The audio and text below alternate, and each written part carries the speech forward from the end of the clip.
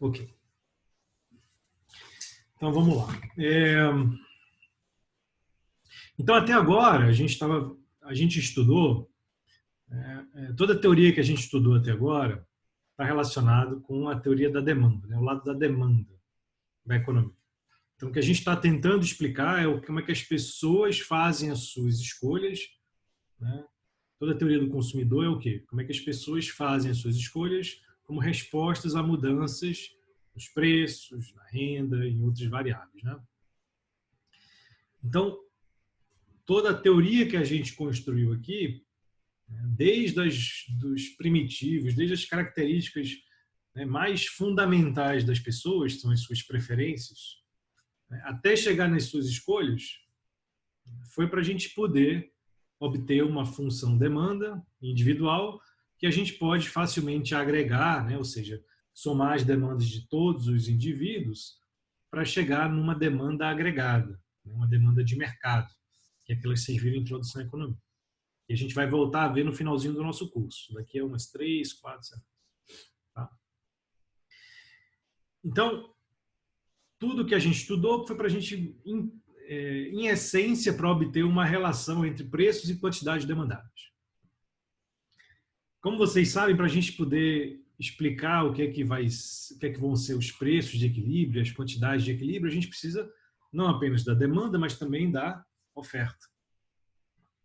E a gente vai fazer agora vai traçar o mesmo caminho que a gente traçou para chegar numa demanda, né, do indivíduo. A gente vai fazer agora o mesmo caminho, um caminho parecido, para chegar na oferta da firma. A gente vai partir dos fundamentos, né, dos elementos mais fundamentais das firmas, para tentar explicar o que vai ser, o que vão ser as suas escolhas.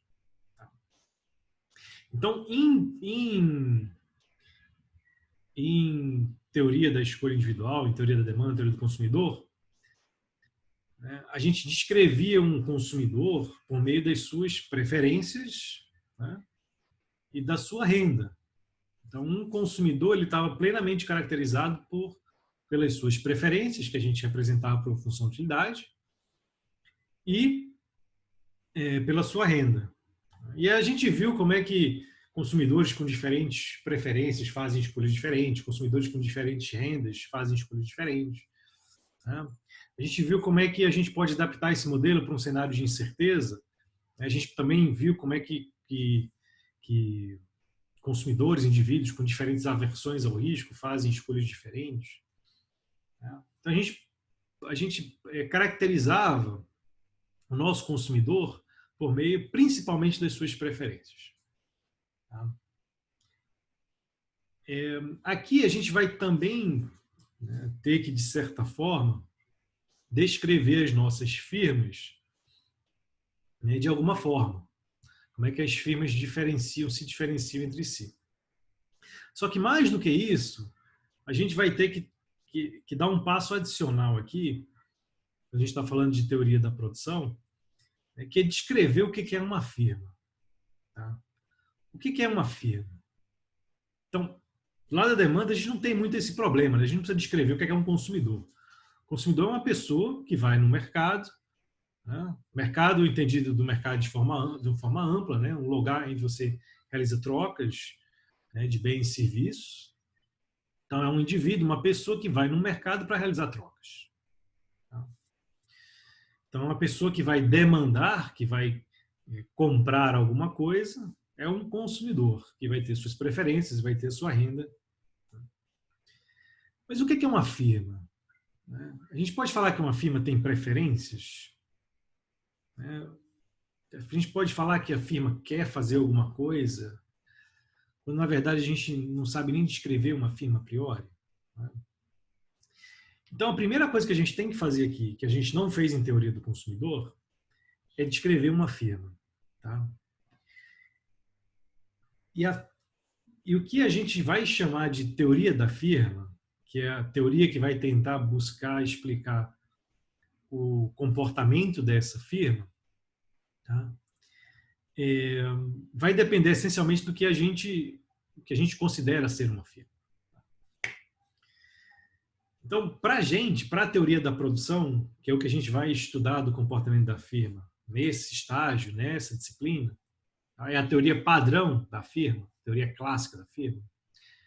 Uma firma vai ser nada mais, nada menos que uma máquina de transformar insumo em produto. Tá? Com frequência, vocês vão, inclusive, encontrar a expressão: a firma é uma caixa preta, em que você coloca insumo de um lado e tira produto do outro. Tá? O que é que isso quer dizer? Quer dizer que a gente não está muito interessado, neste momento, com a forma como a firma se organiza. Tá? Então, quais são as regras, as normas, as estruturas de incentivo dentro da firma, né? Isso a gente não está muito preocupado neste momento. A gente só está preocupado no fato de que a firma vai no mercado de insumos. O que são insumos? São coisas que a firma utiliza para produzir. Né? Então, a firma ela vai no mercado, né? Vai no mercado de insumos e vai adquirir esses insumos a um determinado preço e vai transformar esses insumos em produto em que ela vai ofertar no mercado de produto. Tá? Então, basicamente aqui, pessoal, o que eu quero que vocês entendam é o seguinte. Eu acho que isso vai ficar mais claro à medida que eu vou desenvolvendo aqui a teoria da firma. Mas o que eu quero que fique claro para vocês é o seguinte. A teoria da firma, né? A teoria da firma clássica, padrão, neoclássico, como é que vocês queiram chamar, é uma teoria da firma que vai explicar a relação da firma com os mercados com os quais ela interage. Então, pensa numa firma padrão, né? Uma empresa padrão, né? Uma padaria, por exemplo. Então, uma padaria ela vai ter que, em algum momento, ou um restaurante, por exemplo. Pensa num restaurante, é mais fácil. Um restaurante ele vai fazer o quê?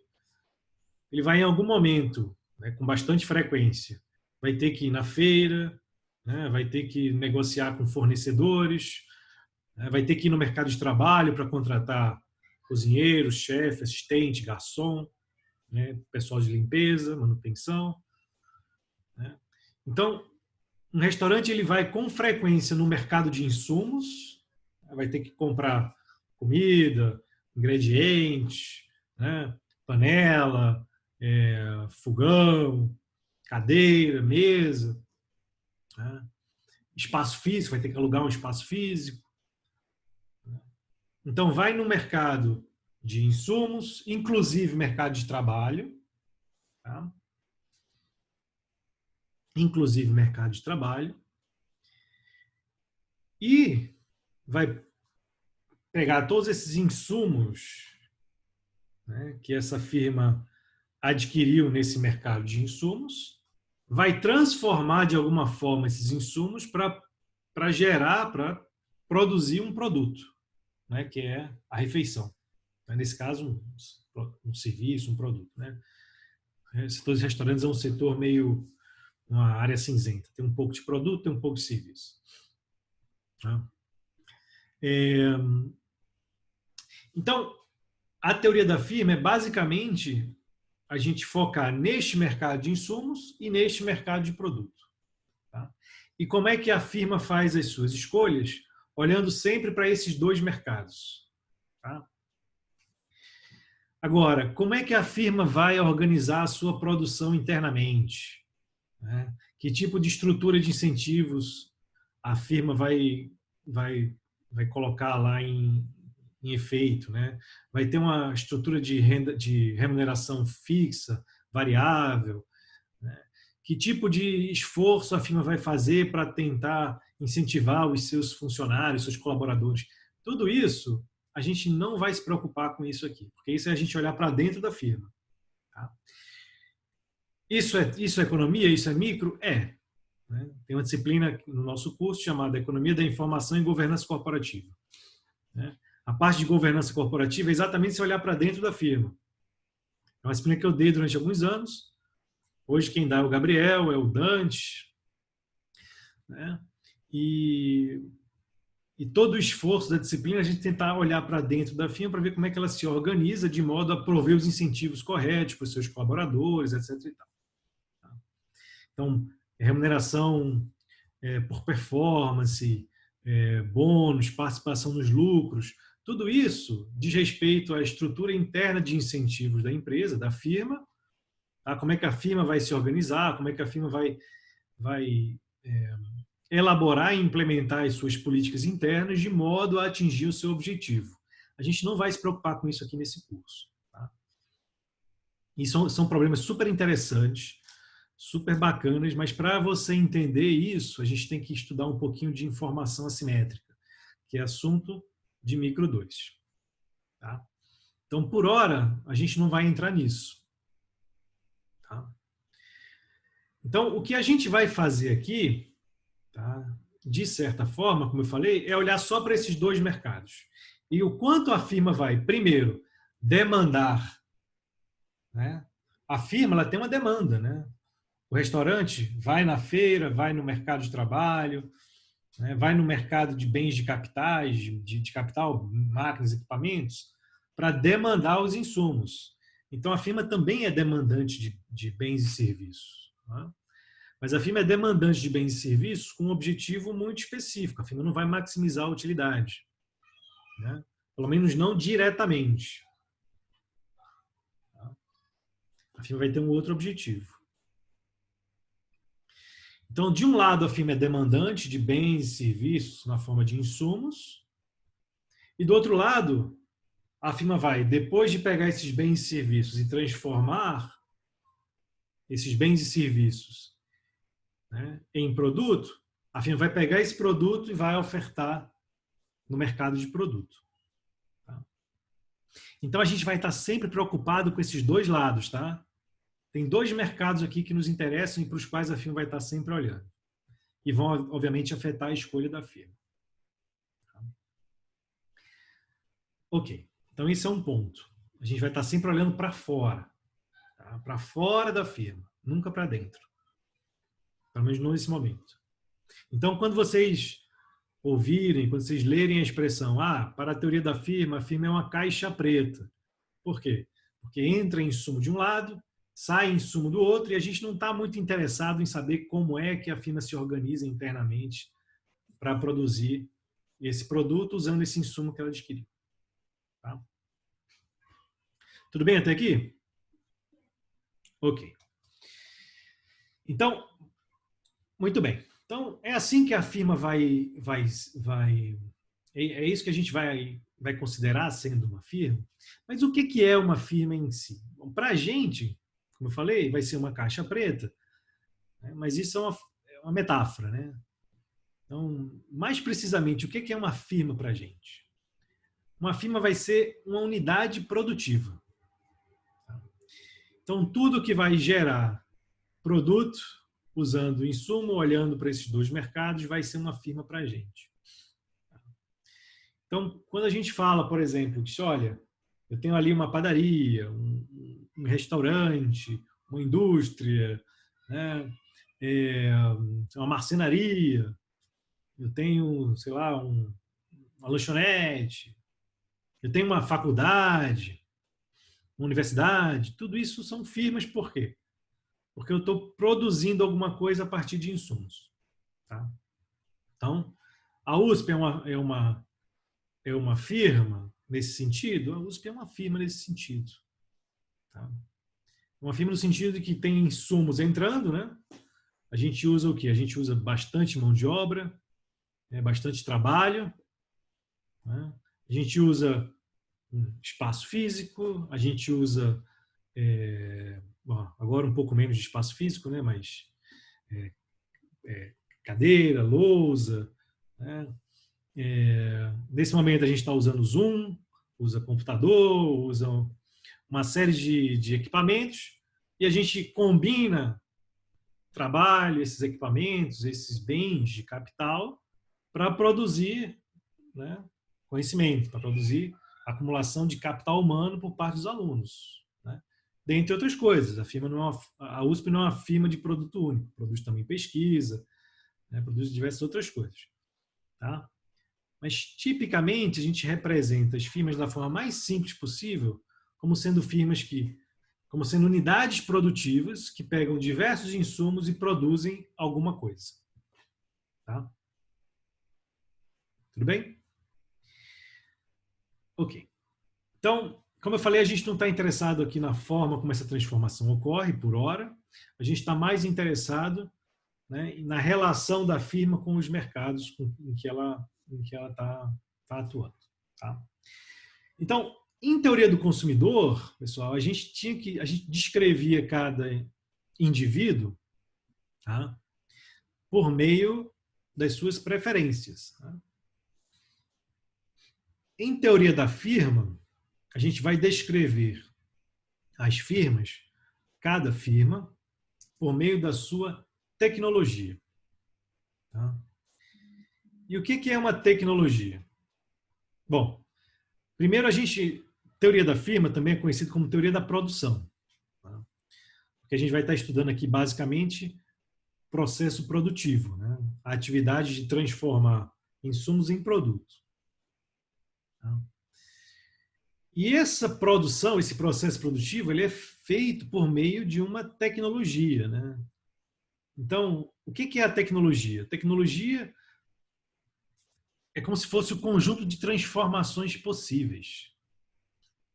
Então, pensa um pouquinho comigo. Quando a gente fala, por exemplo, que a tecnologia evoluiu ao longo do tempo, o que a gente quer dizer? A gente quer dizer que a gente consegue produzir mais coisas, né? Mais bens e serviços, né? Não apenas em maior quantidade, mas em maior variedade, usando os mesmos insumos. Né? Então, pensa 1000 anos o que era possível fazer, por exemplo. Né? Bom, a gente tinha muitas coisas que a gente já conseguia fazer há 1000 anos, agora a gente continua conseguindo fazer, mas provavelmente de uma forma mais eficiente. Né? Usando menos insumos, usando menos trabalho, né? De uma forma mais produtiva. A gente vai falar um pouquinho mais sobre isso daqui para frente. Por exemplo, se eu quisesse viajar de São Paulo ao Rio de Janeiro, eu tinha que fazer como? Bom, há 1000 anos não dá para fazer, né? Não existia São Paulo, não existia Rio de Janeiro. Mas imagina, por exemplo, há 300 anos, 200 anos.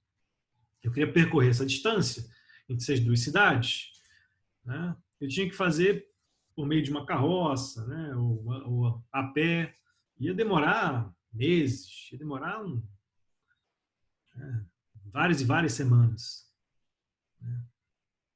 Então, a tecnologia nos permite, né, bom, primeiro, realizar essa mesma atividade de uma forma mais eficiente, mais rápida, né, e de uma forma que não existia anteriormente. A gente pode agora viajar, tem a ponte aérea que permite que a gente faça isso em menos de 1 hora. Então, a tecnologia permite que a gente combine os insumos que estão à nossa disposição de forma a produzir determinados produtos. O que eu tenho que fazer para poder caracterizar uma firma é descrever de alguma forma essa tecnologia. Tá? Lembra, se para mim uma tecnologia vai, de certa forma, me dizer quais transformações são possíveis, uma transformação é simplesmente uma função, né? Pode ser descrita como uma função que vai para cada combinação de insumos, né, me dizer o que é que eu consigo produzir de produto. Então, por exemplo, se eu quiser descrever como é que eu produzo suco de laranja, por exemplo. Que insumos eu preciso para produzir suco de laranja? Bom, preciso de laranja. Eu preciso de trabalho. Preciso provavelmente de uma faca para abrir, para cortar laranja. Talvez de um espremedor de suco, mas eu posso fazer sem o espremedor também. Né? Vai dar mais trabalho, vai exigir mais esforço, mas eu posso fazer. Então, se eu quiser, de certa forma, descrever o que é que eu preciso de insumo para produzir 1 litro de suco de laranja, eu vou ter que descrever quantas laranjas eu vou precisar, quantos minutos de trabalho eu vou precisar, né? Quantas unidades de bens de capital vou precisar de um espremedor, vou precisar de faca, né? Então, a tecnologia vai me descrever o quanto desses insumos eu vou precisar para produzir uma unidade de produto. Tá? Lembrando, a tecnologia é o que me diz que transformações são possíveis. Por exemplo, eu consigo produzir, se eu quiser, ao invés de produzir suco de laranja, produzir laranja, eu consigo produzir laranja a partir de suco de laranja? Não consigo. Eu não consigo fazer o inverso, né? Eu não consigo reverter essa tecnologia, né?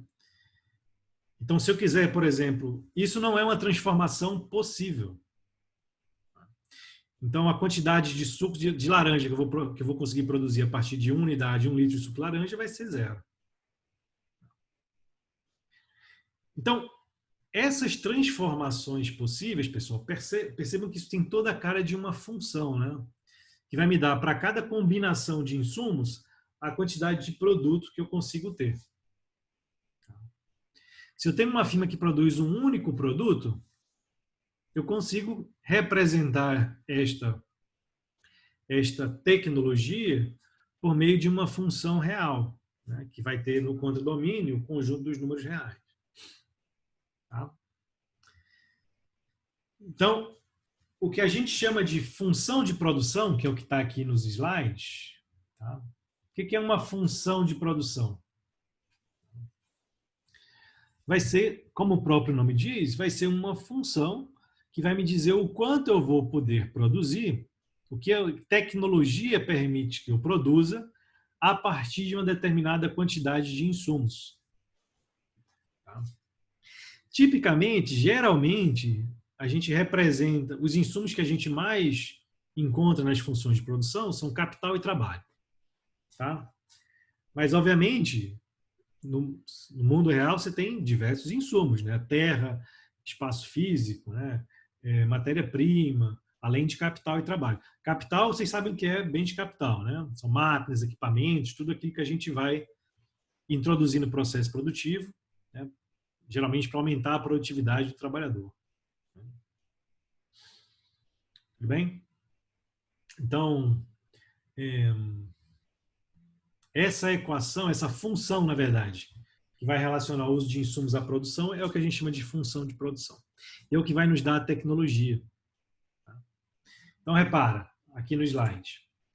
Aqui eu tenho a quantidade, esse Q vai ser a quantidade produzida do determinado produto da firma, tá? Isso vai ser uma função de quê? De todos os insumos que a firma utiliza para produzir. Tá? Tudo bem? Ok. Então, eu posso pensar, por exemplo, como é que essa função de produção ela pode, de certa forma, mudar para representar choques tecnológicos, né? O que é um choque tecnológico? Que geralmente chama de choque tecnológico. Choque tecnológico geralmente está associado a algum ganho de produtividade. Então, olha, chegou uma inovação técnica, as pessoas descobriram uma nova forma de produzir um determinado bem ou serviço, né, que aumentou de forma absurda a produtividade das pessoas. Né? Por exemplo, essa máquina que está na frente de vocês é um choque tecnológico absurdo, né? Computador. Né? Pensa na quantidade de coisas que são possíveis de serem produzidas hoje em dia que não eram possíveis por conta do computador. Né? E mais do que isso, pensa no ganho de produtividade. O que é o ganho de produtividade? O ganho de produtividade é simplesmente você poder aumentar. Olha para essa equação aqui de novo. Aqui eu tenho a quantidade produzida como função da quantidade que eu estou usando de insumos. Né? Um ganho de produtividade é algum choque, alguma mudança estrutural na tecnologia que aumenta o lado direito dessa equação aqui, né? Se eu multiplicar isso aqui, por exemplo, essa função por 1.1 ou 1.2, significa que a minha produtividade, a quantidade que eu consigo produzir, na verdade, aumentou em 10, 20%. Né? Então, com os mesmos insumos, com a mesma quantidade de capital, de trabalho, agora eu consigo produzir 10, 20% a mais. Então, essa função de produção, pessoal, como eu falei, ela descreve a tecnologia com que a firma se depara. Ela não é estática. Né? À medida que o tempo vai passando, você tem choques tecnológicos, inovações tecnológicas que vão mexendo nessa função de produção. Tá? Só que a teoria da firma, que a gente vai estudar aqui, é uma teoria estática. Tá? No sentido de que a firma observa a tecnologia como ela é hoje, tá? E ela vai escolher o quanto de insumos ela vai demandar e o quanto de produto ela vai produzir. Tá? Eu não estou preocupado com a forma como essa função de produção muda ao longo do tempo. Tá? Até porque não é fácil você prever esse tipo de coisa. Tá? Muito bem. Então, uma coisa importante que a gente tem em mente é o seguinte: essa função de produção ela é bem informativa para a gente. Ela nos diz muita coisa, da mesma forma que a função utilidade é importante para a gente. Tá? Como eu falei, de certa forma, a função de produção ela descreve a firma da mesma forma como a função utilidade ela descreve o consumidor. Tá? Então, se a gente quer entender um pouco mais a firma, a gente tem que se debruçar um pouco mais sobre essa função de produção para entender um pouco mais dessa função de produção, o que essa função tem para dizer para a gente. Tá? Tudo bem, pessoal? Alguma dúvida até aqui? Todo mundo está entendendo? Se vocês tiverem alguma dúvida, me interrompam, tá? Muito bem. Então, uma coisa importante é o seguinte, olha, vamos olhar para essa função de produção aqui. Se essa função for uma função diferenciável, se eu consigo derivar essa função em relação à quantidade de capital, à quantidade de trabalho que eu estou demandando, então, tem aqui essa função e eu posso derivar essa função em relação ao K, ao L, ao M. Tá? Eu vou ter a derivada parcial desta função de produção em relação a cada um desses insumos aqui. Tá? Tudo bem? Muito bem. Então, aí eu vou perguntar para vocês, bom, o que essa derivada parcial vai dizer para a gente? Bom, a derivada, ela vai sempre nos dar, né, a taxa de variação na margem ali, né, a taxa de variação instantânea. Então, ela vai me dizer o quê? Se eu aumentar um pouquinho a quantidade deste insumo, o quanto eu vou produzir a mais ou a menos deste insumo, desse produto. Tá? Então, a derivada de F em relação a K é o quanto a minha produção vai aumentar em resposta a um aumento no capital. Tá? Bem? A derivada de F em relação a L é o quanto vai aumentar a minha produção se eu aumento um pouquinho a quantidade de trabalho que eu uso na produção. Tá? Isso é o que a gente chama de produto marginal do capital e do trabalho, respectivamente. Tá? É o quanto eu consigo aumentar o meu produto na margem se eu aumento a quantidade, né, usada desses insumos. Tudo bem? Isso é informativo para a firma? Vamos pensar do ponto de vista da firma. Né? Pensa que vocês, né, são os diretores, as diretoras aí de produção dessa firma. Né? Ou são o CEO, a CEO dessa firma. Vocês estão decidindo quanto vocês vão produzir. Ou de que forma, né, vocês vão né, organizar a produção, quanto de capital, quanto de trabalho. Será que isso é informativo para vocês de alguma forma? Bastante, né? Eu posso pensar assim, olha, se eu aumentar aqui um trabalhador na minha linha de produção, eu consigo aumentar a minha produção em 100 unidades. Né? Ou se eu comprar esse robô aqui, automatizar a minha linha de produção aqui, eu consigo, né, duplicar a minha produção. Então, essas informações que vão me dar o impacto marginal do aumento da utilização de capital de trabalho são super informativos para quem está tomando a decisão de demanda por insumos. Tá? Então, é nesses termos que essas derivadas são importantes. Tudo bem?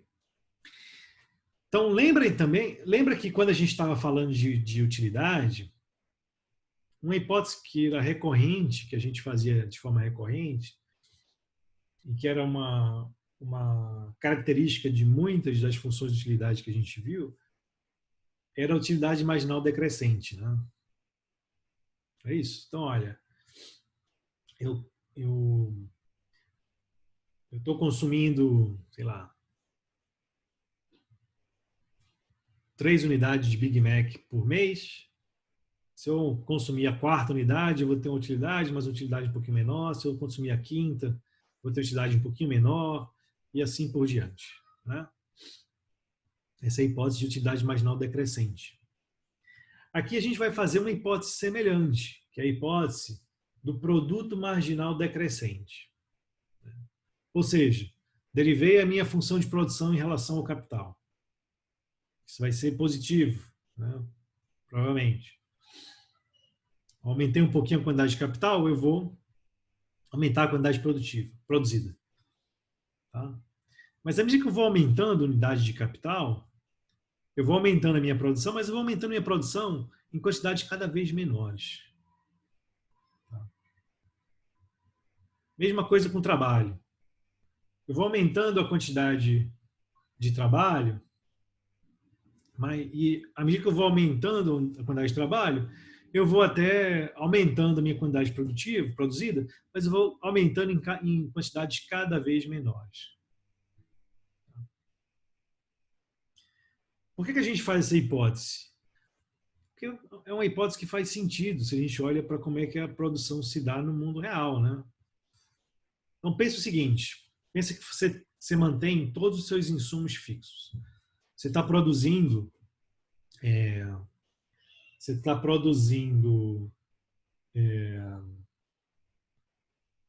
roupa, camisa. Tá?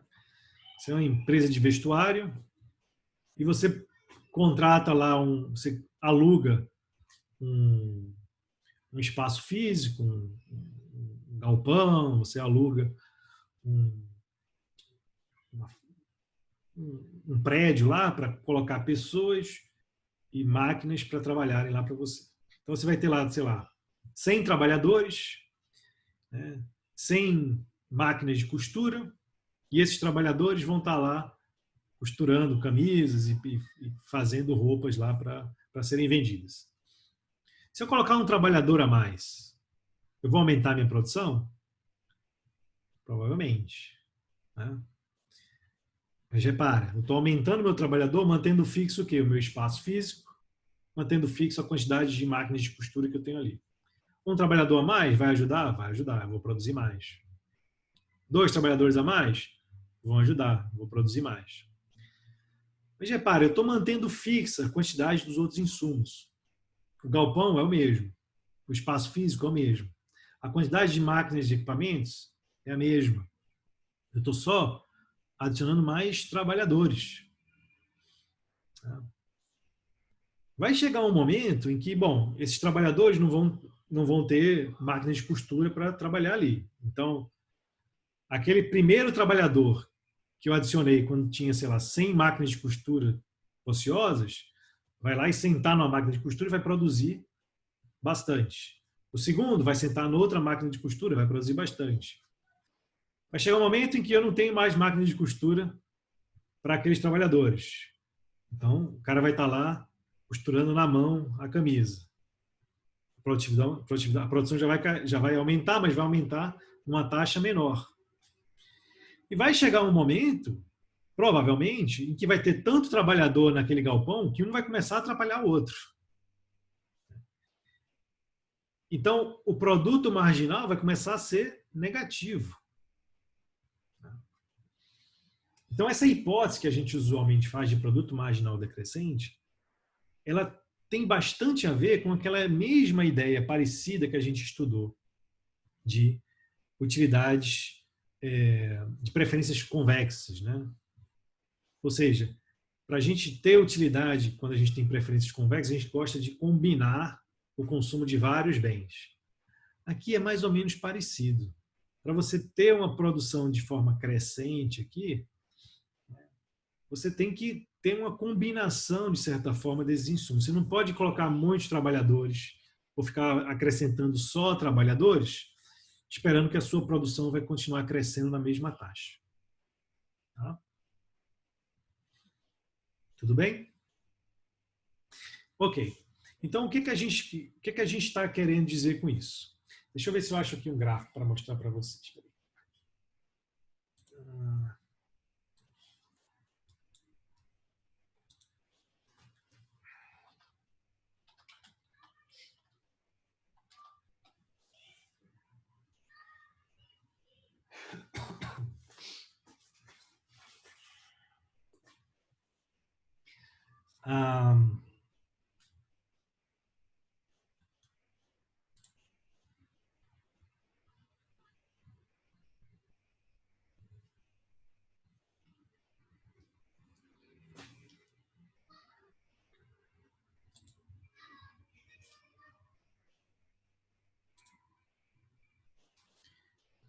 Tá. A Maria Luísa perguntou aqui, no caso de cárcere decrescente é por causa do efeito alcance. Efeito alcance é aquele efeito de convergência dos países mais pobres para os países mais ricos, né? Que você tem muito que a gente vê em teoria de crescimento econômico, vocês devem ver isso em macro, né? Tem a ver com isso, tá? Então, por exemplo, a ideia de não é nem quando fala aqui o caso de cárcere decrescente, na verdade é o produto marginal, né, do capital. Então, assim, olha, quando você tem pouca produção, né, quando os países, o que é um país pobre? Um país pobre é um país que tem um baixo produto per capita, né? Então, a renda per capita, se for olhar pela ótica da renda, você vai ter a renda nacional, você vai ter a renda per capita, quando você divide lá aquela renda pela quantidade de pessoas que moram naquele país, né? E você vai ter o quanto é produzido naquele país, né, em média. Tá? Então, quando você tem, por exemplo, baixos níveis de capital físico num país, né, quando você tem um país que tem poucas máquinas, equipamentos, né, que a produtividade das pessoas é baixa, eu vou falar um pouquinho mais sobre isso, que a produtividade das pessoas é baixa, né, você vai ter, obviamente, uma quantidade de produto per capita, de renda per capita mais baixa. Tá? Então, como é que você corrige isso? Né? Como é que você faz com que esses países, que são países mais pobres, eles aumentem a sua renda? Você gostaria que você gostaria de aumentar esse produto per capita, né? Produto per capita é o quê? É produto no numerador e a quantidade de pessoas, né? Quantidade de trabalhadores, de pessoas no denominador. Tá? Você pode fazer de duas formas. Você pode mexer no numerador e você pode mexer no denominador. Você não quer mexer no denominador, obviamente, né? Você não quer mexer na quantidade de pessoas. Você quer mexer na quantidade de produto. Então, você quer que aquelas mesmas pessoas produzam mais. Tá? Então, você quer aumentar o produto, quer aumentar a produtividade dessas pessoas. Ok? Como é que você faz isso? Bom, a quantidade de pessoas está fixa. Você pode mexer na quantidade de pessoas? Isso não vai ser muito fácil, né? Pelo menos no curto, médio prazo, você não vai fazer isso. Você vai fazer o que você pode fazer é mexer na quantidade de capital. Geralmente, como eu falei, os países mais pobres têm menos bens de capital, né? Tecnologia mais rudimentar, tem menos acesso à tecnologia, tem menos bens de capital. Tá? Se eu tenho, por exemplo, uma tecnologia que tem essa característica, né, de produto marginal decrescente, significa que esses países que têm pouco bem de capital, quando eu coloco um pouquinho mais de bem de capital, ele vai ter um aumento grande na sua produção. Pelo menos em comparação com países que têm uma quantidade grande de bem de capital, né? Então, eu tenho um país como, sei lá, um país como o Japão, um país como a Alemanha, um país como os Estados Unidos, né? Já tem um estoque tremendo de bens de capital. Então, se a tecnologia tem essa característica de produto marginal decrescente, você aumenta a quantidade de bens de capital nesse país, você vai aumentar a produção, mas você vai aumentar a produção menos do que você vai aumentar se esses bens de capital forem introduzidos num país com menos bens de capital. Tá? Porque o produto marginal desse bem de capital é maior nos países que têm menos bens de capital. Então, isso faz com que a taxa de crescimento, né, dos países mais pobres, de acordo com esse modelo padrão de crescimento econômico, né, seja mais alta. Né? Porque, assim, imagina que eu estou introduzindo bens de capital nos dois países. Um país, né, tem a produtividade marginal bem alta. O produto marginal, desculpa, bem alto. Que é o país que tem menos bem de capital. Então, aumentei o bem de capital um pouquinho, a produção aumentou. Num país que tem muito bem de capital, país que já, se eu aumentar aqui a quantidade de capital aqui no eixo horizontal, eu vim mais para cá. O que acontece com o produto marginal? Vai começar a fazer assim. Tá? Isso vem do fato de que a função de produção ela tem esse formato, que é um formato côncavo, né? Nesse caso em que a gente tem produto marginal decrescente. Esse é o gráfico que eu queria mostrar aqui para vocês. Deixa eu achar aqui.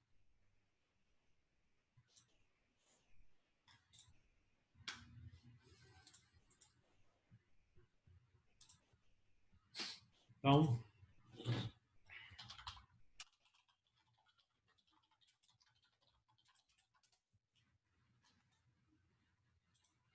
inclusive, a função de produção mais famosa que a gente tem também é a Cobb-Douglas, tá?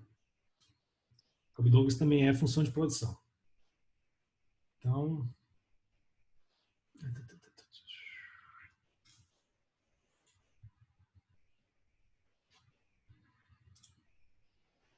ótimo. Olha aqui um gráfico de uma função de produção.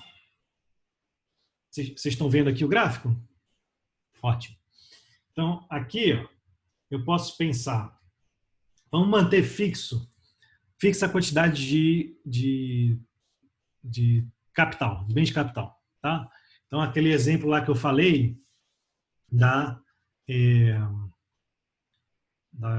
fábrica lá de roupa. Né? Ou então, por exemplo, a gente pode pensar, se a gente for pensar mais no modelo macro, né, o clássico, né, a gente pode ter uma função de produção agregada, né, que vai dar o produto agregado, né, que vai descrever meio que o problema que a Maria Luísa mencionou. Né?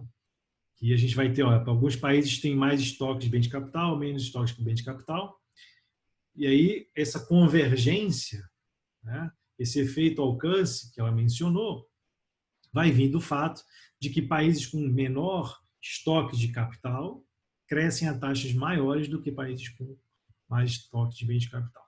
Então, é o que a gente vê aqui na nossa função de produção. Se a gente mantiver fixo aqui a quantidade de capital, isso aqui vai dar a quantidade de produto, tá, que eu vou obter à medida que eu vou aumentando a quantidade de trabalho. Tá? Eu posso fazer o oposto também, eu posso manter fixo a quantidade de trabalho, né, que é o que geralmente faz mais sentido quando a gente pensa no termo de um país. Né? mas você não vai ficar aumentando a quantidade de trabalho naquele país, né? A população economicamente ativa, ela não vai ficar aumentando, diminuindo muito bruscamente de uma hora para outra. Então, a gente tem fixo lá a população economicamente ativa, mas você pode mexer o quê? Na quantidade de bens de capital, né? Por meio, né, de uma série de políticas públicas, por exemplo, né? Então, eu vou aumentando a quantidade de bens de capital. Olha a inclinação aqui dessa função de produção quando a quantidade de insumos é baixa, né? A inclinação dessa função de produção aqui é exatamente o quê? O meu produto marginal, né? Então, assim, ó, aumentei um pouquinho o meu insumo, o quanto eu vou aumentar de produto, né? Repara, essa função de produção nesse formato aqui, quando eu tenho uma quantidade baixa de insumo, a inclinação ela é mais alta do que quando eu tenho uma quantidade mais alta de insumo, né? Então, é exatamente essa propriedade aqui de produto marginal decrescente, né? Que vai me dar a concavidade dessa função. Tá? Esse gráfico aqui, pessoal, que eu mostrei para vocês. Opa.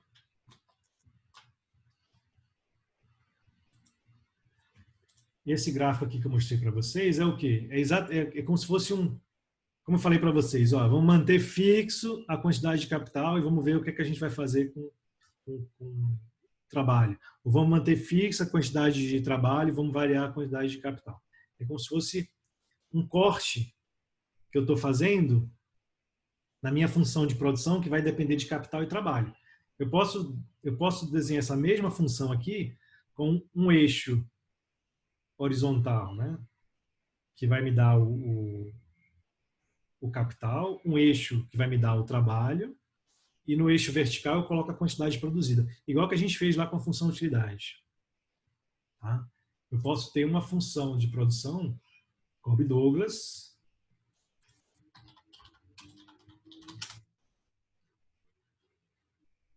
deixa eu ver se eu acho aqui. Aqui. Olha uma Cobb-Douglas aqui, uma função de produção Cobb-Douglas. Deixa eu ver se eu aumento aqui essa.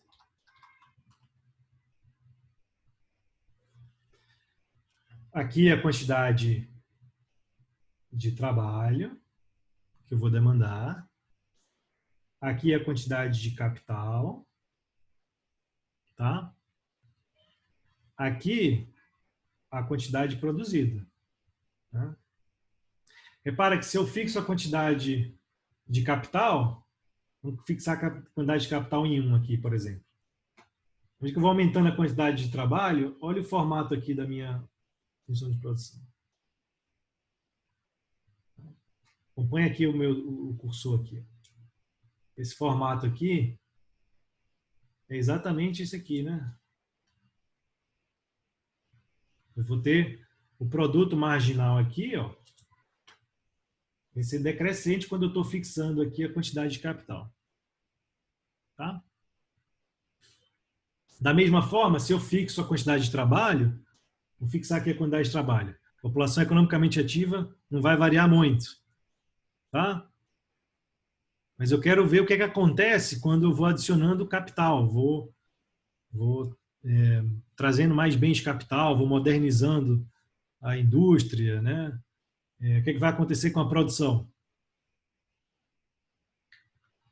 Logo no começo, ó, vai aumentar muito. Depois vai continuar aumentando, mas vai aumentar cada vez mais a taxas decrescentes, né? Então, se todos os países vão aumentando as suas quantidades de bens de capital, né, alguns países vão crescer mais do que outros. Os países que têm menos bens de capital vão crescer mais que outros. Até o ponto que você vai ter esse efeito convergência, né, de que a Maria Luísa estava falando. Tá? Tudo bem, pessoal, até aqui? Todo mundo está entendendo? Tá claro?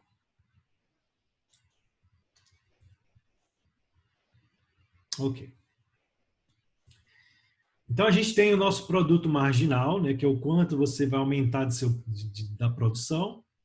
quando você adiciona uma quantidade, né, de capital a mais, o quanto você vai aumentar da produção quando você adiciona um pouquinho de trabalho a mais.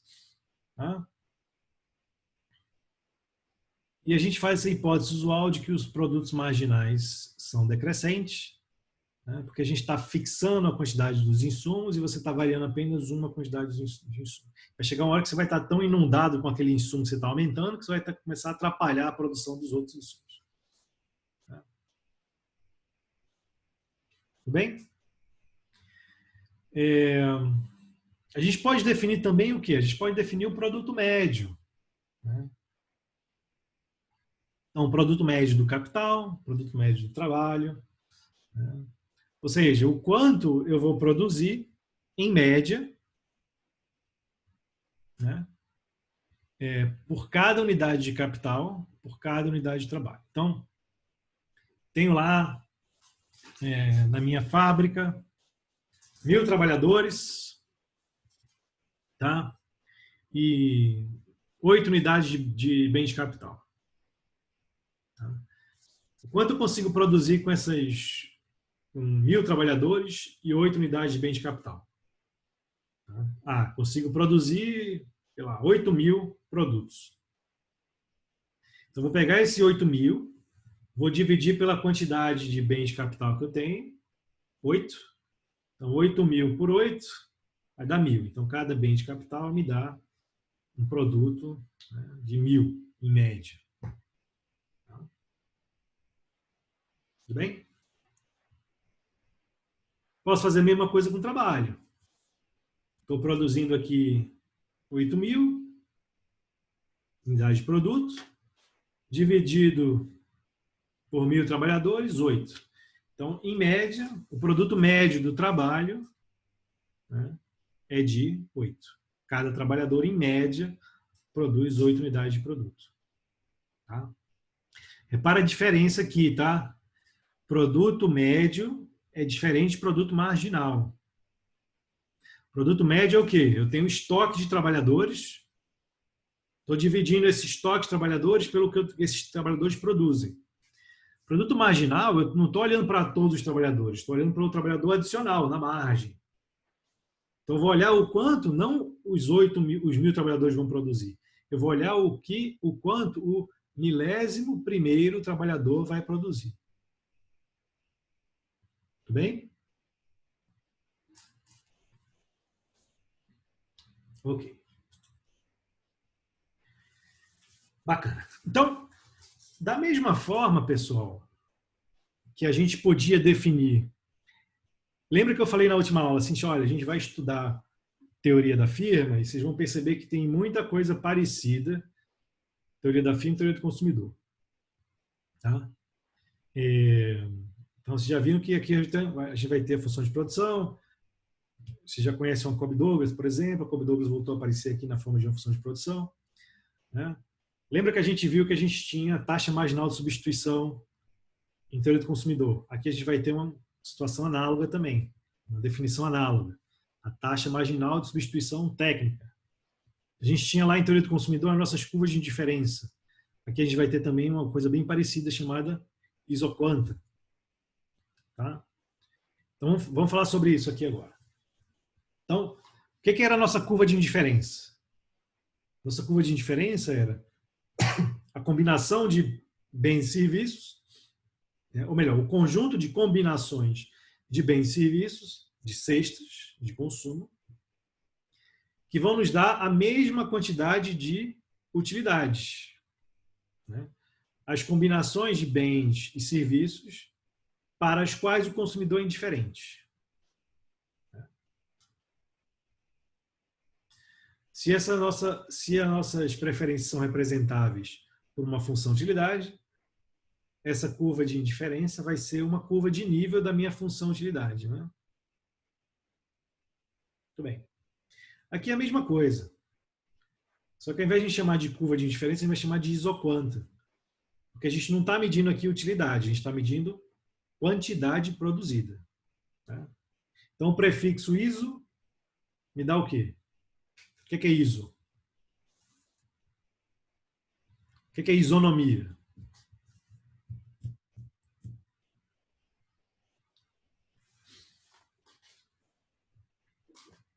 Quem sabe? O mesmo, né? Boa, Fernando. Felipe também igual. Boa. Então, isoquanta é a mesma quantidade. Tá? Vai ser a curva que vai me dar as combinações de insumos que resultam na mesma quantidade de produto. Tá? Então, as combinações de insumos que dão a mesma quantidade de produto vão estar na mesma isoquanta, da mesma forma que as combinações de bens e serviços, de quantidade de bens e serviços que davam a mesma utilidade, estavam na mesma curva de indiferença. Tá? Então, repara, deixa eu voltar lá para aquele gráfico que eu mostrei anteriormente. O gráfico lá da nossa Cobb-Douglas. Tá? Esse gráfico aqui está até bacana, porque eu já tenho até minhas curvas de nível aqui. Ó. Lembra que isso aqui, quando era a minha função utilidade, eu tinha aqui a quantidade consumida do bem 1, a quantidade consumida do bem 2, né? Cada cesta aqui tinha o seu nível de utilidade associado, eu tinha minhas curvas de nível da minha função utilidade, minhas curvas de indiferença, né? E eu sei que para cada cesta aqui nesta curva daqui, a utilidade é a mesma, né? Na teoria da produção, a mesma coisa. Aqui eu tenho a quantidade de trabalho, aqui a quantidade de capital, tá? Eu tenho, para cada combinação de capital e trabalho, eu tenho a quantidade máxima aqui que eu vou conseguir produzir. Né? Então, por exemplo, com 0 de capital e 0 de trabalho, eu produzo 0. Tá? A Cobb-Douglas aqui representa a tecnologia que eu preciso ter uma quantidade positiva de capital e quantidade positiva de trabalho para produzir alguma coisa. Se eu só tenho trabalho, eu não produzo nada. Se eu só tenho capital, eu não produzo nada. Né? Da mesma forma que a gente tinha lá na teoria do consumidor. Se só tenho um bem, eu tenho 0 utilidade. Se só tenho outro bem, eu tenho 0 utilidade. E à medida que eu vou aumentando a quantidade desses insumos, eu vou conseguindo produzir mais e mais e mais e mais. Então aqui, ó, se eu vou aumentando aqui a quantidade dos dois bens, venho para cá e venho para cá. Então, 0,5, 0,5. 0,5 unidades de trabalho, 0,5 unidades de capital. Eu estou aqui, sei lá, mais ou menos aqui, né? Nessa curva de indiferença daqui. Oh, desculpa, nessa isoquanta aqui. Já até misturei. Nessa isoquanta aqui. Tá? E aí, repara, qualquer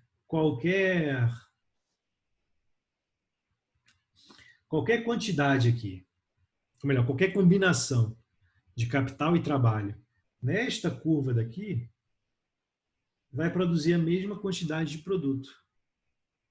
As nossas curvas de nível aqui vão ser exatamente as combinações de capital e trabalho que resultam na mesma quantidade de produto. Então, eu posso fazer esses cortes assim, né, seccionando meu gráfico em 3 dimensões, para chegar a essas curvas de nível da minha função de produção, né, que a gente vai chamar de isoquanta. Tá?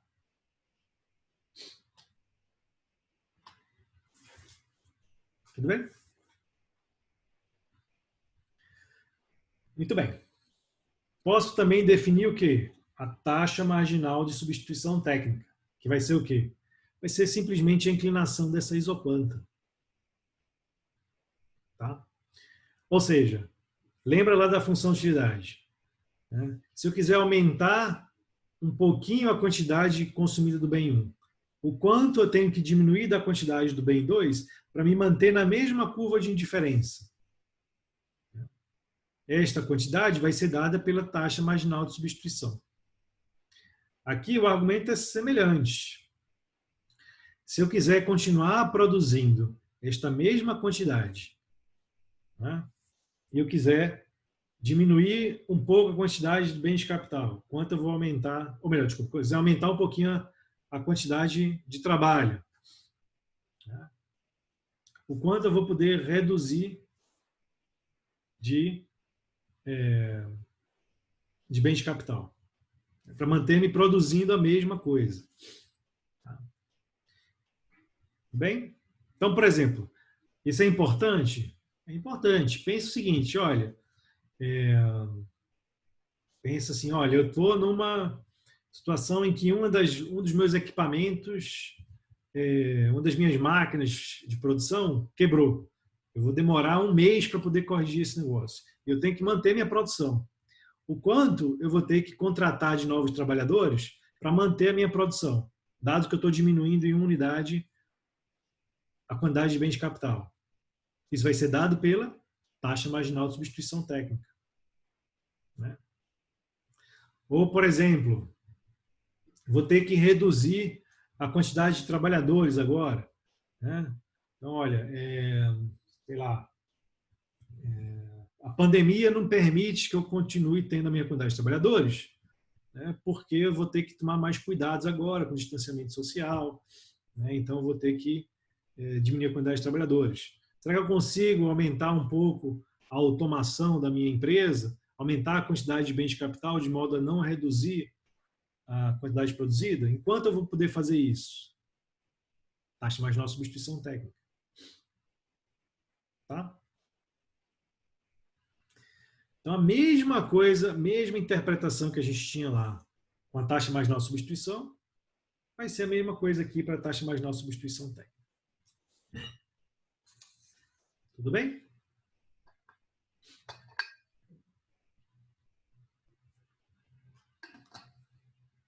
Lembra que a gente podia escrever a taxa marginal de substituição como a razão entre as utilidades marginais? Aqui a gente pode fazer a mesma coisa. Taxa marginal de substituição técnica vai ser a razão entre os produtos marginais, né? Então, pega o produto marginal do trabalho, divido pelo produto marginal do capital. Estou fazendo o quê? A taxa marginal de substituição técnica do trabalho para o capital. Tá? Então, eu nem vou gastar muito tempo com isso aqui, porque exatamente é a mesma coisa que vocês viram lá em Teoria do Consumidor. Tá?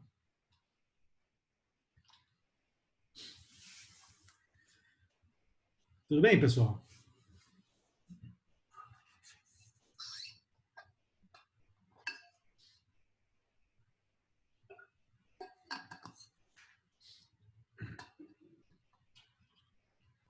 Então, lembra também da elasticidade de substituição? A gente vai ter também aqui uma elasticidade de substituição. Eu posso, de certa forma, né, medir o grau de curvatura da minha isoquanta, da mesma forma que eu podia medir o grau de curvatura da minha curva de indiferença. Né? Eu sempre gosto de pensar em termos de extremos, né? A curva de indiferença que tem uma menor curvatura, né, dentre as curvas de indiferença que a gente costuma considerar, é o quê?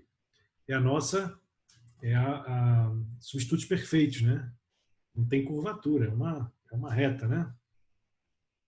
Então, à medida que eu vou aumentando a minha quantidade consumida do bem 1, a curvatura, a minha taxa marginal de substituição, a inclinação da curva de indiferença não vai mudar, né? Bem, à medida que eu vou adicionando curvatura nessa curva de indiferença, imagina que agora eu vou pegar essa minha curva de indiferença do substituto perfeito, vou pegar as pontas assim e vou começar a fazer assim nela, né? Vou transformando ela numa Cobb-Douglas, né? Então eu vou estar adicionando curvatura. O que eu estou fazendo? Eu estou fazendo com que a taxa marginal de substituição ela comece a variar, né? À medida que eu vou aumentando a minha quantidade consumida do bem 1. Quando ela ficar ficando super, super, super curvada, ela vai se aproximando, ficando meio que parecida com complementares perfeitos, né? Mas eu vou fazendo o quê? Eu vou aumentando a quantidade, eu vou aumentando a inclinação, vou mexendo na inclinação bem rapidamente, né? Então, eu estou aumentando o grau de curvatura da minha curva de indiferença. O que eu estou vendo, na verdade, é o quão rápido vai variar, qual é a taxa de variação da minha taxa marginal de substituição, da inclinação da reta tangente à minha curva de indiferença, quando eu estou aumentando a quantidade do bem 1, né, que é o bem que está ali no eixo horizontal. Né? Então, aqui a gente vai ter a mesma coisa. Se eu quero ver, por exemplo, o quanto varia a taxa marginal de substituição técnica, ou seja, o quanto varia a inclinação da reta tangente à minha isoquanta, quando eu estou aumentando a quantidade de um determinado bem, né, ou melhor, nesse caso, de um determinado insumo, eu tenho que olhar para a derivada da taxa marginal de substituição técnica em relação a este insumo. Tá? Isso vai me dar o formato dessas isoquantas, que vai me dar a taxa de variação da taxa marginal de substituição técnica. Faz sentido, pessoal? Porque a gente já está adicionando um grau a mais de abstração, né? Então isso é importante entender. Tá? Como vocês, eu imagino que já devem ter entendido isso para a primeira parte, eu nem vou gastar muito tempo com isso, mas se não tiver claro, me interrompam, tá? Tudo bem?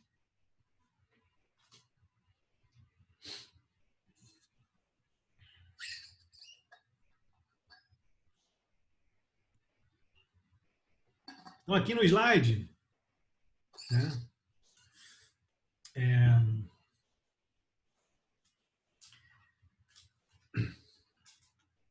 aqui no slide a gente tem a abertura aqui dessa derivada. Né?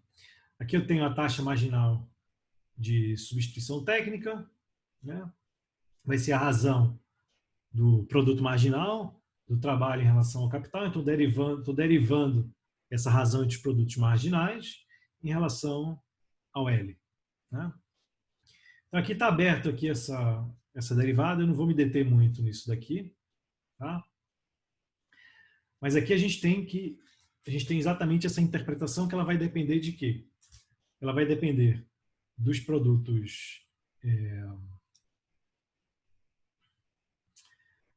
vai depender, se a gente colocar esse numerador daqui, né, como produto matricial, né, como produto de matrizes, né, a gente vai ver o quê? Que a gente vai precisar que, se esse FL de K, que é o que está aqui, ó,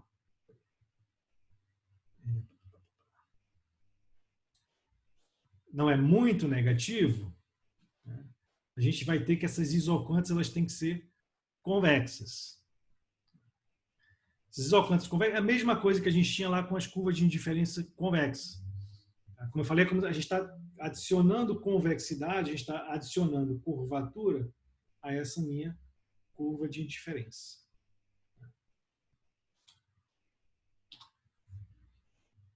Tudo bem? O que mais a gente consegue falar sobre essas funções de produção? A gente consegue falar alguma coisa mais? Oi, Maria Luísa, uma dúvida. Pode falar. Professor, só uma dúvida.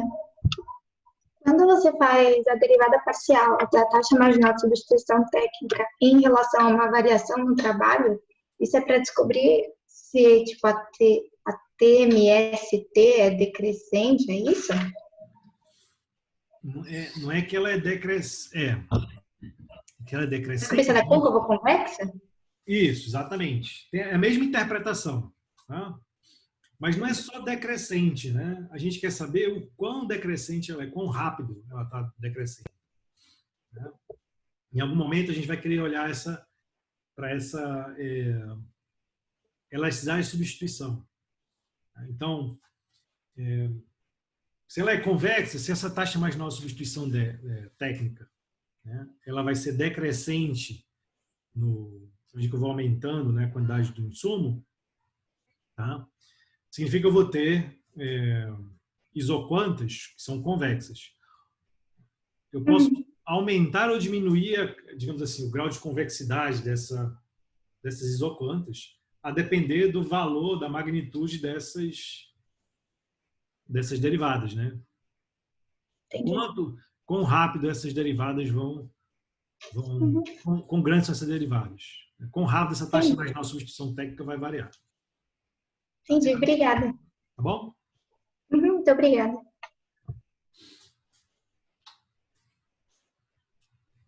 Ok, o que mais a gente consegue falar a respeito disso?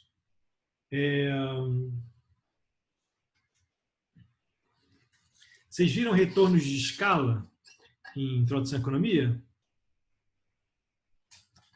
O que são retornos de escala? O que é escala?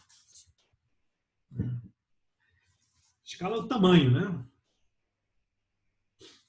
Então, quando a gente fala assim, olha, alguma coisa tem retornos de escala, significa o seguinte, olha, quanto maior é a escala, quanto maior é o tamanho, mais você vai ganhar. Então, a gente pode ter retornos de escala decrescentes, crescentes ou constantes. O que é isso? Bom, a gente tem que primeiro descrever o que é que a gente está querendo dizer com tamanho, com escala. Escala é literalmente dobrar, duplicar, triplicar, quadruplicar a quantidade de insumos que você está usando. Então, imagine que vocês são diretores, CEOs de uma empresa e vocês querem aumentar a produção. Vocês querem duplicar a produção, triplicar a produção. Vocês conseguem fazer isso duplicando a quantidade de insumos que vocês estão usando? Triplicando? Depende. Depende da tecnologia.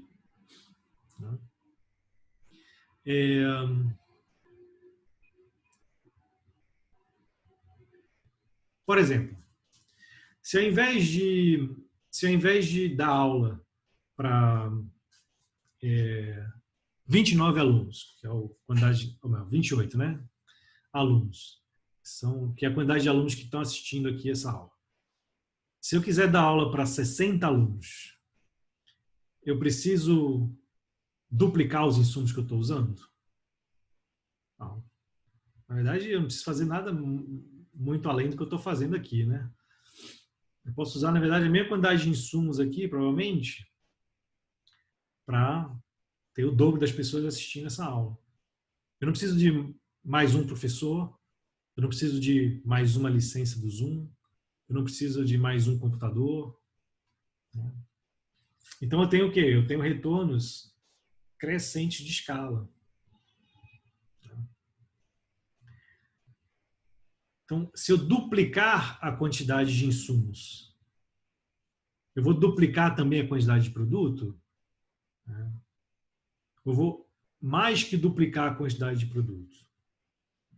Essa é a pergunta que a gente está querendo responder quando a gente está falando de retorno de escala. Então, deixa eu dar um outro exemplo.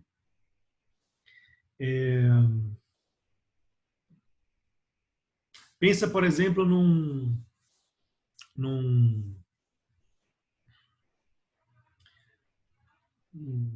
imagina que eu fiz um investimento e eu produzi aqui uma linha de metrô.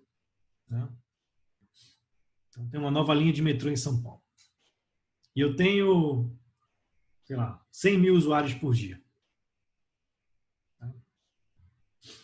E com esses 100 mil usuários por dia, eu tenho, sei lá, uma linha de trem a cada 10 minutos. Eu consigo, no máximo, uma linha de trem a cada 2 minutos. Tá? Se eu quiser, ao invés de transportar 100 mil usuários, transportar 200 mil usuários, eu quiser duplicar a minha produção, eu consigo fazer isso colocando mais trens.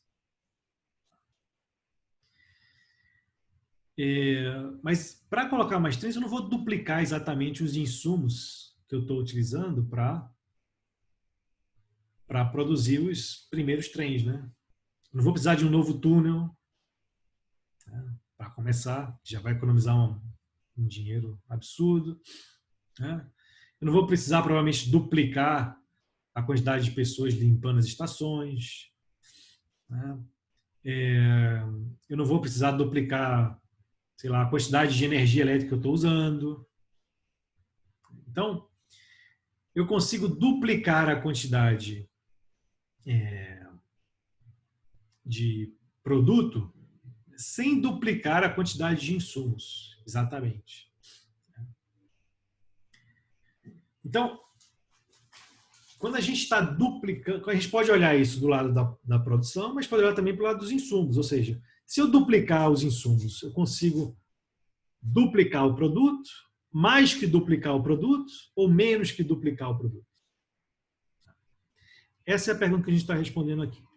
Então, quando eu tenho retornos decrescentes de escala, significa o seguinte, olha, se eu multiplicar a quantidade de insumos, né, capital e trabalho, né, por um mesmo número lambda aqui, que é maior que 1. Né?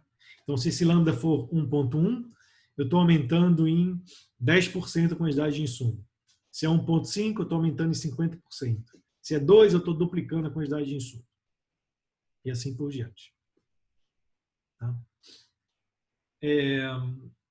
Então, se eu aumentar a quantidade de insumos na mesma proporção para todos os insumos, o que vai acontecer com o meu produto? Meu produto vai crescer na mesma proporção?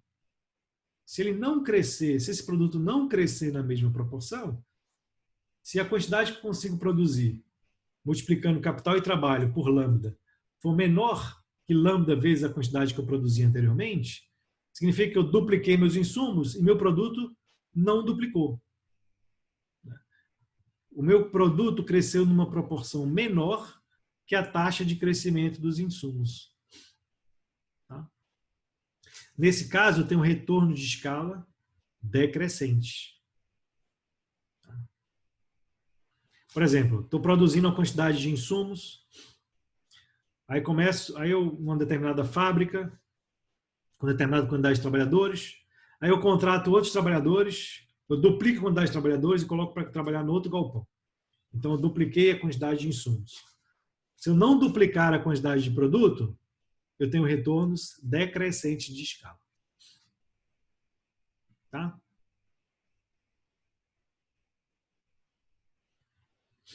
Tudo bem?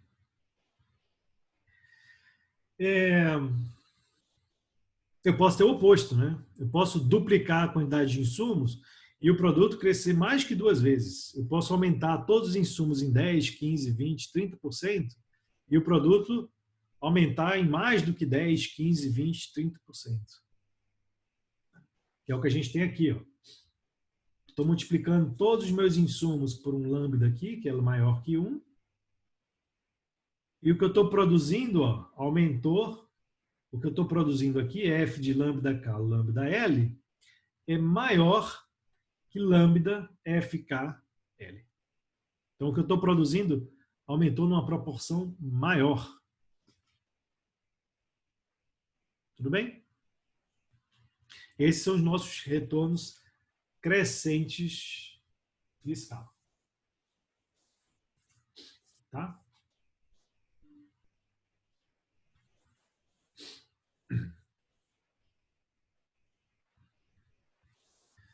E retornos constantes de escala são o quê?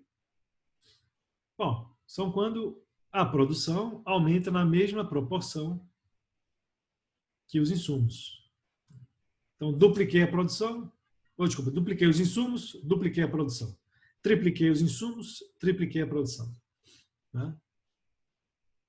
Matematicamente, é o mesmo que dizer, né, que essa função de produção ela é homogênea de grau 1. Né? Então, multipliquei K e L por um lambda, né? Isso vai ser igual a lambda elevado a 1 F de KL. Tá? A Maria Luísa está perguntando, existe função homogênea de grau 0 na função de produção? Então, eu posso... Isso é um bom ponto, pessoal. Essa é uma boa pergunta. Quando eu falo assim, existe uma função de produção dessa forma, você pode escolher a função de produção que você quiser, né? Para representar uma certa tecnologia. Né? Uma função de produção, a definição de função de produção é o quê? É uma relação que vai me dar para uma determinada quantidade de insumo, uma dada quantidade de produto. Né? Então, eu posso pensar, por exemplo, existe uma função de produção homogênea de grau zero na produção. Então, olha, se eu multiplicar produto e capital se eu duplicar, triplicar, quadruplicar, eu não vou aumentar meu produto. Né? Meu produto vai ser sempre constante. Posso pensar na função de produção assim? Posso. Ela é realista para descrever uma determinada tecnologia? Não sei. Você tem que ver caso a caso. É como assim, por exemplo, você perguntar, olha, assim, na minha cabeça não vem nenhum exemplo que possa ser descrito para essa tecnologia, mas não sei, você tem. Tá? Então, sei lá, será que se eu colocar mais um professor aqui do meu lado, mais um terceiro professor aqui do meu lado, a quantidade de aula que eu vou dar vai ser a mesma, talvez. Não sei. Essa pessoa mais não vai agregar em nada. Né? Um computador a mais aqui do lado também não vai alterar em nada a quantidade a quantidade aqui de micro que vocês vão ter nesse período. Talvez isso seja uma função de produção homogênea de grau zero. Né? Mas o ponto aqui é o seguinte, uma função de produção ela é tão boa quanto descritiva essa função é de uma determinada tecnologia. Tá? Então, se você perguntar assim, olha, existe uma função de produção com essa cara? Sim, existe. Se você disser que essa função de produção descreve uma determinada tecnologia, ela é uma função de produção, na medida que ela descreve essa tecnologia. Essa tecnologia é uma tecnologia que descreve o mundo real? Essa é outra pergunta. Tá? É a mesma coisa que eu disser assim, olha, eu tenho existe uma função utilidade com esse formato? Eu disse assim, existe. Ela representa uma determinada relação de preferências. Essa relação de preferências é realista para descrever as preferências entre certos bens? Essa é outra pergunta. Tá?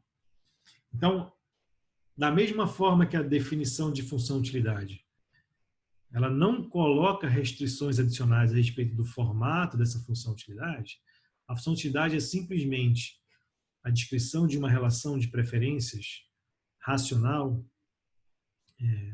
A gente tem que a função de produção, a definição de função de produção não coloca restrição adicional sobre o que é que vai ser a tecnologia.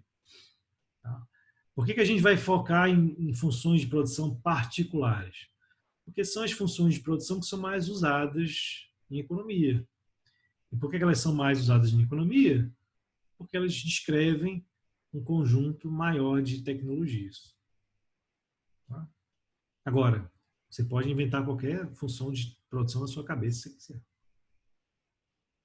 Tudo bem?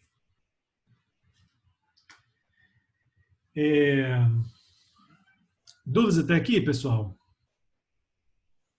Tá. Então vamos parar hoje por aqui, tá? A gente continua na quarta-feira. Tá? Na quarta-feira a gente fala um pouco mais de tecnologia, de função de produção, continua com a teoria da firma. E a gente usa eu queria agora tirar um pouquinho das dúvidas. A Maria Luísa falou que tinha dúvidas do capítulo 5 e 6. Então vamos lá. Quem tiver mais dúvidas também pode falar, tá? Professora, uma dúvida que eu tenho em relação ao capítulo 5 e 6. É que no capítulo 5, quando ele fala de efeito de substituição, dentro da equação de Slutsky, ele coloca a variação, por exemplo, no bem X em relação ao próprio preço do bem X. Sim. Isso. Aí no capítulo 6, quando ele fala de efeito de substituição, por exemplo, ele coloca a variação do bem X em relação ao preço do bem Y. Sim. E quando o livro pergunta para mim responder efeito de substituição, qual das duas contas eu faço? Então, depende da pergunta. Mas assim, a equação de Slutsky, ela vale para quaisquer dois bens x e y. Inclusive quando os bens x e y são o mesmo bem. Então eu posso ver o seguinte, olha, qual é o efeito, deixa eu achar aqui acho que até está os casos, efeito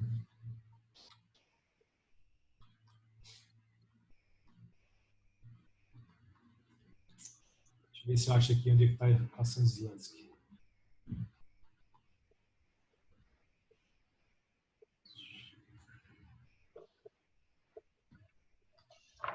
Equação de Zlansky são capítulo 6, né? 5. 5. O capítulo 6 ela está modificada. Ah, tá.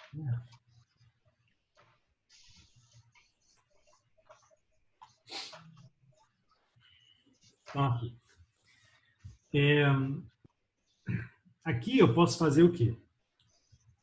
Eu nem gosto muito dessa anotação, mas dá para entender bem o que ele está fazendo aqui. Esse Czinho aqui vai ser a minha demanda compensada, né? Que é a minha demanda Hicksiana, né? Então isso aqui é o quê? Isso aqui é a demanda marshalliana, né? Então esse X aqui é a demanda marshalliana, a derivada da demanda marshalliana em relação ao preço do bem X. Então, como você falou, aqui eu estou olhando para a variação na demanda marshalliana em relação à variação no preço da demanda marshalliana do bem X em relação ao preço do bem X. Tá? Isso aqui é a inclinação da minha demanda. Né? Lembra daquela demanda lá que vocês desenharam em introdução?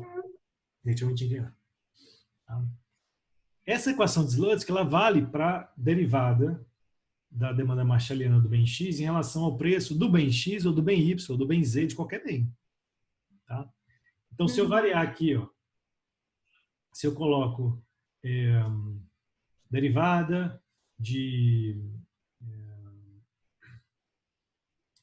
X em relação a PY, eu vou continuar tendo a minha equação de Zlansky. Eu posso fazer derivada de X em relação a PY, vai ser igual a derivada de X, da demanda compensada de X, em relação ao preço do bem Y, menos, né, o efeito renda, né, que é a derivada do bem X, né, em relação à renda do consumidor, vezes, aí aqui vai entrar a demanda Hicksiana ou marshalliana, não vai fazer diferença aqui, né, do bem cujo preço você está derivando aqui. Então, se eu derivar isso daqui em relação ao bem Y, isso aqui vai ser a quantidade consumida do bem Y.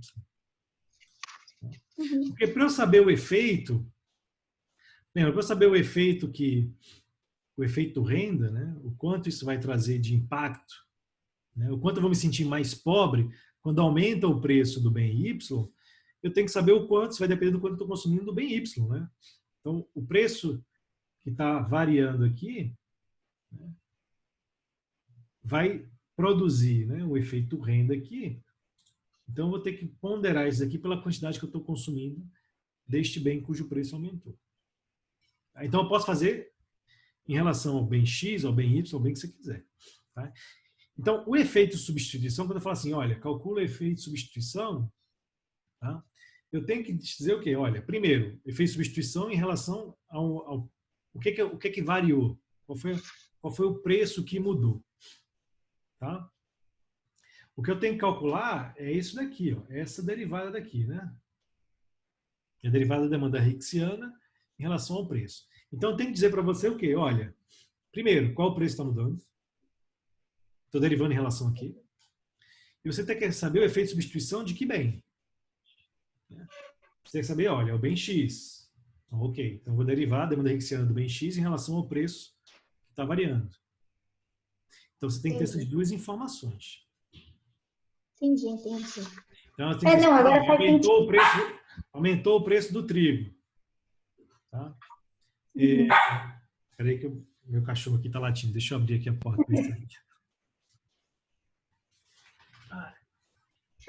Vai.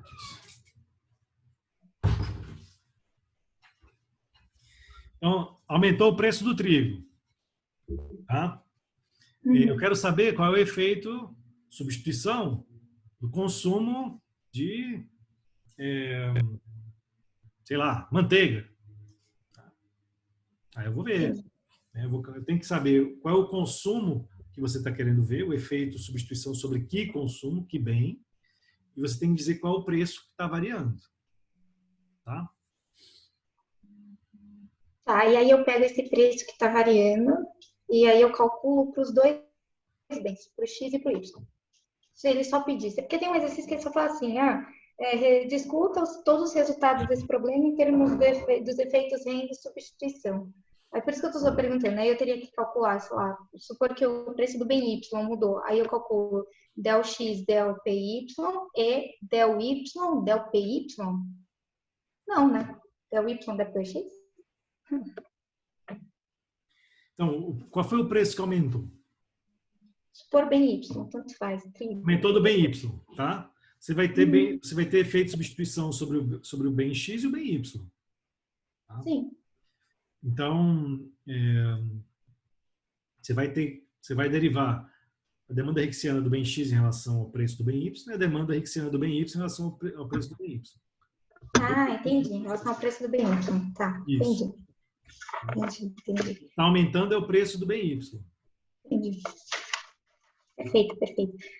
Posso fazer mais uma pergunta? Pode fazer mais de uma, se quiser. Ah, então tá bom. Quando tem a demanda Hicksiana ela não depende da renda, né? Não. Então, tanto faz eu variar a renda, a demanda Hicksiana não se modificaria por uma variação na renda. Não. Mais ou menos. Não. São coisas diferentes. São coisas diferentes. Mas é uma boa pergunta. Pensa o seguinte. Pensa como é que a gente chega na demanda Hicksiana. Tá? Como é que a gente chega na demanda Hicksiana? A gente fixa um nível de utilidade, né, e a gente minimiza a despesa. Tá? E aí eu vou ter uma equivalência. Lembra que a gente falou dessa equivalência entre você resolver o problema de minimização de despesa e você resolver o problema de maximização de utilidade. Né? Quando você usa como parâmetros de um problema a solução do outro problema. Então, por exemplo, se eu aumentar a minha renda, mas eu resolvi o problema do consumidor, o problema de maximização de utilidade do consumidor. Aí eu vou chegar na solução do meu problema. Eu vou chegar nas minhas demandas marshallianas. Né? Uhum. Aí eu pego essas demandas e eu coloco na minha função utilidade. Eu vou chegar na minha utilidade indireta. Uhum. Aí eu vou pegar essa utilidade indireta. Imagina que para esse valor de renda e para esses preços, a minha utilidade indireta vai ser igual a 300. Sei lá.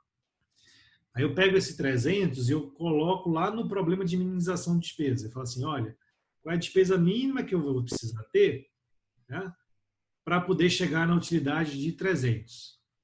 A solução desse problema vai ser exatamente a renda que você usou para resolver um primeiro problema. Tá? Então, se você mexer na renda no primeiro problema, se aumentar a renda, o que vai acontecer com a sua utilidade indireta? Aumenta. Vai aumentar. Tá? Então, se você aumentar a sua utilidade indireta, o que vai acontecer com a sua demanda Hicksiana? Supostamente vai aumentar? Ela vai mudar também. Né? Se aumenta a sua renda, né, provavelmente você vai aumentar a sua demanda Hicksiana. Entendi. É que quando eu tirei a demanda Hicksiana, eu tirei, que você estava falando, mas que nem o livro faz, né? Depois que ele acha a utilidade indireta, ele vai lá, joga na função dispêndio, e aí ele deriva em relação à variação do preço, pelo lema... Isso. Isso. E aí, na minha função, a partir da hora que você faz isso, Lema de você só Shepard. fica... Isso, tem lema de Shepard. Você só fica em relação a PX, PY e U. Aí por isso que eu falei, se eu variar o I, como nessa equação minha não tinha o I, eu falei, não faz diferença, não faz sentido o que você está falando. Se você variar o, desculpa, eu não entendi. Como a demanda Hicksiana fica em função de PX, de PY e da utilidade, ela não tem nenhuma variação, ela na conta dela, né, não tem o I, não tem a renda, então eu pensei que ela não mudava em relação à renda. Mas faz sentido o que você está falando. Não, veja bem. Eu não quero confundir isso na cabeça. São duas coisas diferentes. Se você mantém constante a sua utilidade, tá? Você mantém constante a sua utilidade, você vai variar um preço, tá? Você vai ter uma variação ali na sua demanda Hicksiana. Uhum. E, de fato, isso não vai depender da sua renda, porque o que depende da sua renda foi decomposto e foi colocado no efeito renda, tá ali do outro lado. Tá? Então, o que você falou está correto. Esse pedaço da equação não vai depender da sua renda. Isso é uma coisa. Outra coisa diferente é você falar o seguinte, olha, a minha demanda Hicksiana, tá? Se eu variar a minha renda, a minha demanda Hicksiana não vai mudar. Isso é mais ou menos verdade, mas você pode pensar também o seguinte, olha, se eu variar a minha renda, né, como a minha utilidade indireta ela é crescente na minha renda, né, eu vou terminar mexendo também na minha utilidade. Tá? Então, na medida que esses dois problemas eles estão relacionados, se você mexe na renda no problema de maximização de utilidade do consumidor, você provavelmente você vai mexer também na sua utilidade, você vai mexer na sua utilidade indireta, então se você pegar essa utilidade indireta e plotar lá no problema de imunização de despesa, você vai mexer na sua solução do problema lá também. Mas se você não está pensando nesses canais assim, se você está pensando assim, olha, só estou mantendo fixa a minha utilidade e estou mexendo no meu preço. Aí você vai ter o meu efeito de substituição. Isso vai depender da renda diretamente? Não, não vai depender. Tá? Depende só da utilidade dos preços. Faz sentido? Eu confundi mais do que ajudei. Não, faz sentido. Mas se você pode responder a pergunta, a pergunta do livro é assim, ó. Escreva como as curvas de demanda compensadas X e Y são colocadas por variações na renda. Eu falei de novo? A pergunta é assim, descreva como as curvas de demanda compensadas X e Y são deslocadas pelas variações na renda.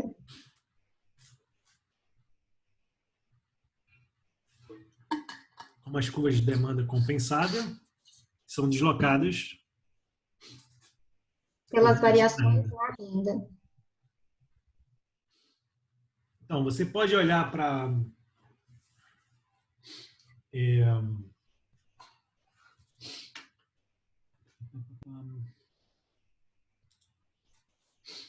deixa eu pensar aqui o que ele está querendo com isso. As curvas de demanda compensada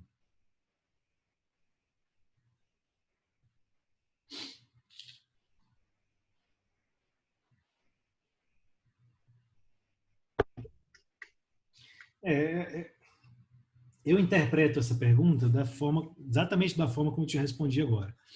Então, o que acontece quando você tem uma variação na renda? Entendi, muda a utilidade, entendi. Exatamente. Então, você vai aumentar a sua utilidade de referência. Né? Então, aumentou minha renda. Né? O que acontece com a minha utilidade? A utilidade vai aumentar. Então, eu vou deslocar a minha curva de demanda, como a minha demanda Hicksiana, ela tem uma relação com a minha utilidade, eu vou deslocar a minha demanda Hicksiana para refletir esse novo nível de utilidade que eu estou chegando. Tá? Então, é por esse canal que eu te falei. Assim, aumentei minha renda, aumentei minha utilidade indireta. Aumentei minha utilidade indireta, vou afetar o meu problema de minimização de despesa. Tá? É por isso que é sempre importante, pessoal, a gente ter em mente esse canal, tá? Esse canal entre os dois problemas, né? Que a gente chama de um problema é o problema dual do outro, porque isso realmente como se um fosse o inverso do outro. A gente está trocando só a função objetivo pela função da restrição. Mas a solução dos dois problemas estão relacionados. Entendi. Pode fazer a última pergunta? Pode. É que a última pergunta, não sei. A última pergunta é assim, também é de um exercício da lista, mas que esse gerou confusão na monitoria. Eu tenho uma curva de um bem que é substituto perfeito. Então, uma reta, né? Uma reta negativamente inclinada. E aí eles perguntam, como a curva de demanda compensada aparece nessa situação? Boa pergunta. Uma curva de? Eu tenho uma curva de substitutos perfeitos. Então, sei lá, 0,75x mais 2y. E como a curva de demanda compensada aparece nessa situação? Então, a demanda compensada ela tem uma relação com a demanda não compensada, né? A demanda marshalliana. Né? O que acontece? Uma ela vai ser mais ou menos inclinada que a outra a depender do meu efeito renda. Né? Então, pensa na equação de Slutsky. O que é a equação de Slutsky? A tela está aqui compartilhada ainda. Né? Isso daqui é a inclinação da minha demanda marshalliana. Isso aqui é a inclinação... Opa, cadê? Isso aqui é a inclinação da minha demanda compensada. Isso aqui é a inclinação da minha demanda não compensada. Qual é a mais inclinada? Depende, né? Depende de quê? Bom, isso aqui é uma quantidade, isso aqui é um número positivo. Isso daqui pode ser positivo ou negativo. Isso aqui é o meu efeito renda. Ele pode ser positivo, se for um bem normal, pode ser negativo, se for um bem inferior. Tá? Então, a inclinação dessas duas curvas vai depender se eu tenho um bem normal ou um bem inferior. Vai depender do meu efeito renda. Né? No caso específico do efeito substituição, ou desculpa, do bem de complementares perfeitos, o que é que eu vou ter? Se eu tiver o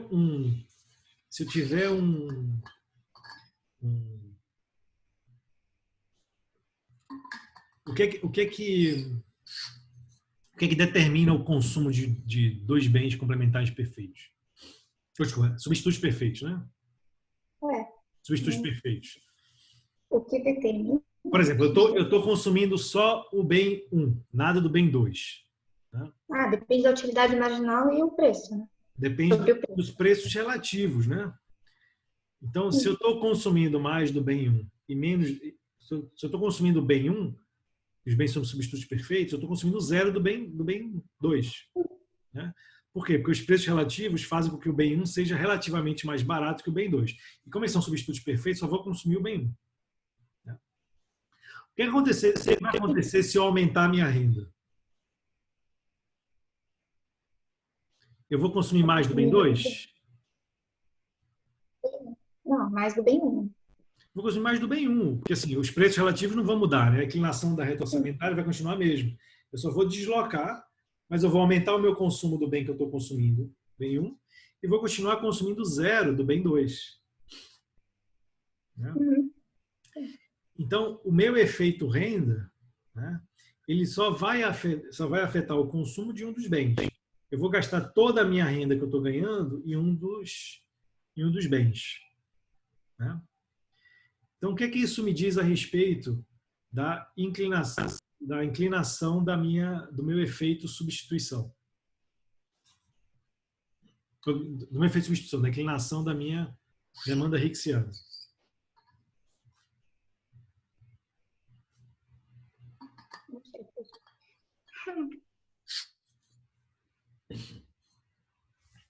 Bom, se eu aumentar um pouquinho na margem ali o meu preço, né, eu não vou mexer no meu preço relativo suficiente para mexer no meu consumo. Né?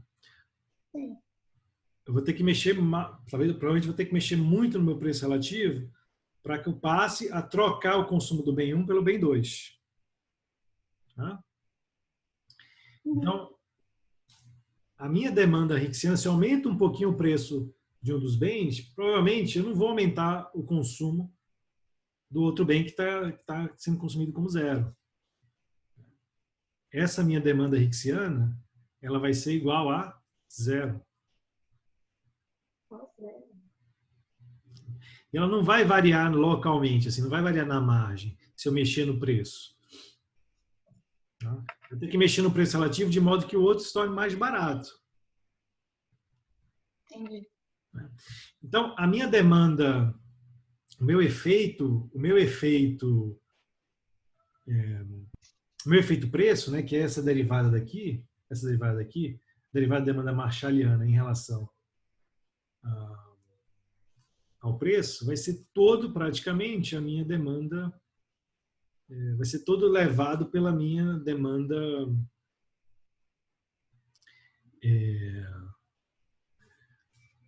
por exemplo, aumentei o preço do bem 2, do bem 1, desculpa, que é o bem que eu estou consumindo.